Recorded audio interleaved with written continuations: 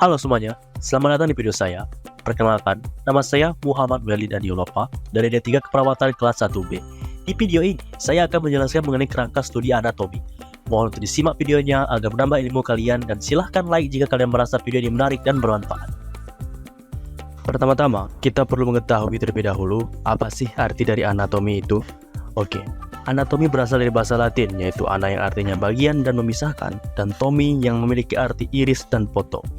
Jadi, secara pengertian, anatomi adalah ilmu yang mempelajari bentuk susunan tubuh baik secara keseluruhan maupun bagian-bagian serta hubungan alat tubuh yang satu dengan yang lain.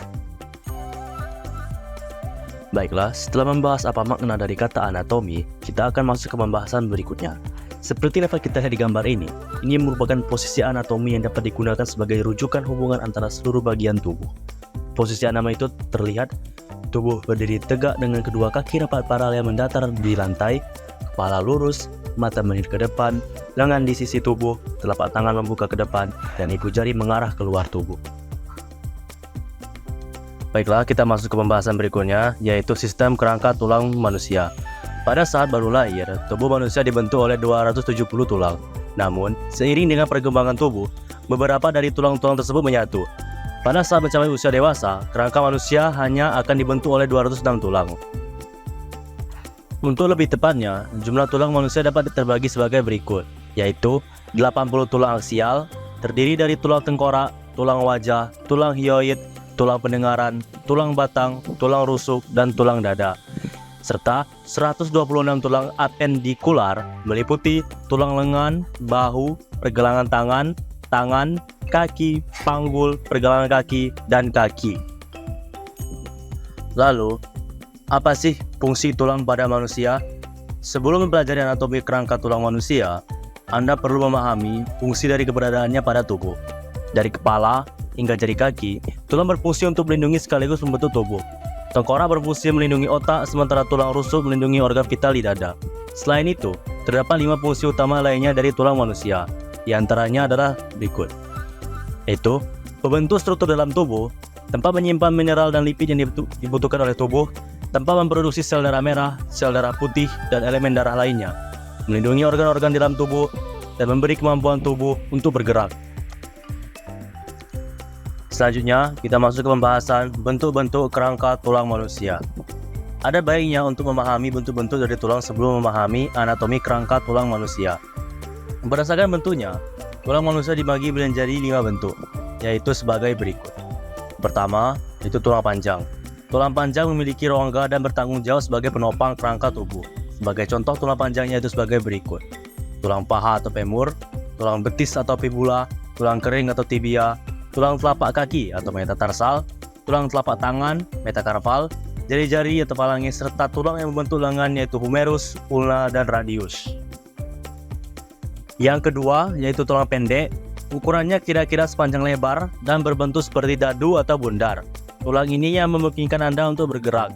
Sebagai contoh tulang pendek antara lain adalah tulang yang membentuk pergelangan kaki atau tarsal, dan tulang membentuk pergelangan tangan atau karpal. Yang ketiga, tulang pipi. Tulang pipi memiliki ukuran yang sangat tipis, tapi ukuran dan bentuknya sangat bervariasi. Tulang ini memiliki area permukaan untuk melindungi otot yang terdapat pada tulang tersebut. Contoh tulang pipi antara lain tulang rib, tulang kranial, tulang sternum, dan tulang skapula. Yang keempat, tulang tidak teratur. Tulang tidak teratur memiliki bentuk yang tidak sesuai dengan tulang panjang, pendek, atau pipi. Sebagai contoh tulang tidak teratur adalah berikut: tulang belakang atau vertebra, tulang sakrum, tulang ekor atau coki gil, sebagian tulang yang membentuk wajah seperti tulang baji atau sphenoid, tulang pipi zigomatik, dan tulang ethmoid. Yang kelima, tulang sesamoid. Tulang sesamoid adalah tulang yang tertanam di tendon atau jaringan ikat yang menghubungkan jaringan otot dengan tulang. Tulang bulat kecil ini umumnya ditemukan di tendon tangan, lutut, dan kaki. Tulang sesamoid berfungsi untuk melindungi tendon dari tekanan pada sendi dan meningkatkan efisiensi sendi. Salah satu contoh tulang ini adalah tempurung lutut atau patella. Selanjutnya, kita masuk ke pembahasan anatomi tulang manusia. Anatomi kerangka tulang manusia dibagi menjadi 2 kelompok, yaitu aksial dan apendikular.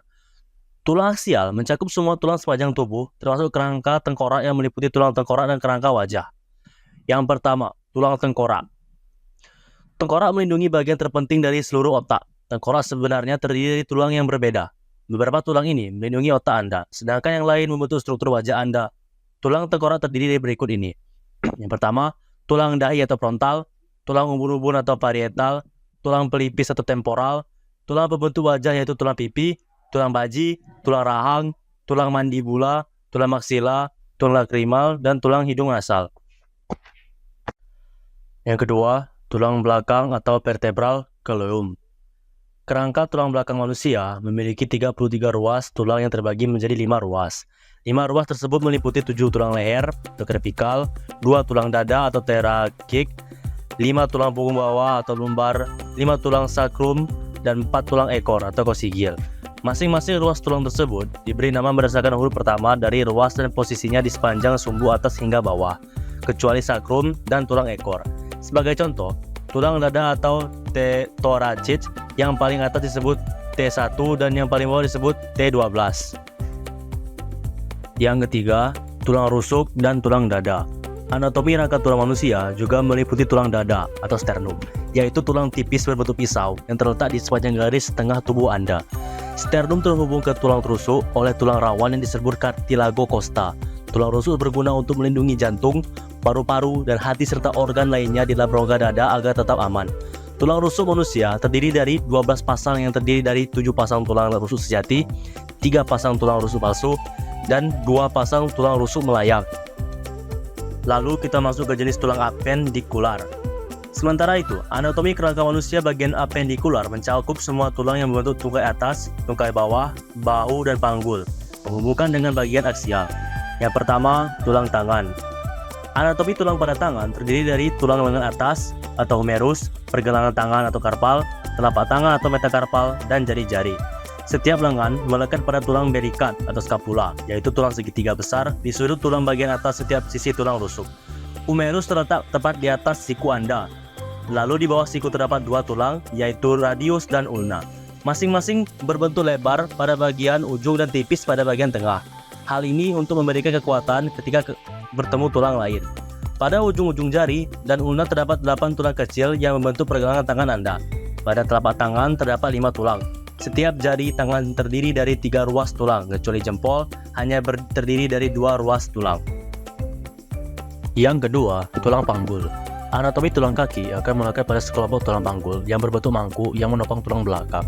Tulang panggul terdiri dari tulang panggul kanan dan kiri yang setiap sisinya merupakan perpaduan dari 3 tulang yang besar, pipih, dan tidak teratur, yaitu ilium, ischium, dan pubis. Ketiga, tulang kaki. Tulang kaki juga bagian dari anatomi kerangka tulang manusia yang berfungsi untuk menopang berat tubuh sehingga Anda bisa berdiri dan berjalan dengan tegak. Tulang kaki dimulai dari panggul hingga lutut yang dinamakan tulang paha atau femur. Ini adalah tulang terpanjang di tubuh manusia. Tulang paha ini menempel pada tulang panggul. Di lutut terdapat tulang berbentuk segitiga yang disebut patella atau tempurung lutut. Tulang ini yang melindungi sendi lutut. Di bawah lutut terdapat 2 tulang kaki lainnya, yaitu tibia atau dikenal dengan tulang kering dan fibula atau tulang betis.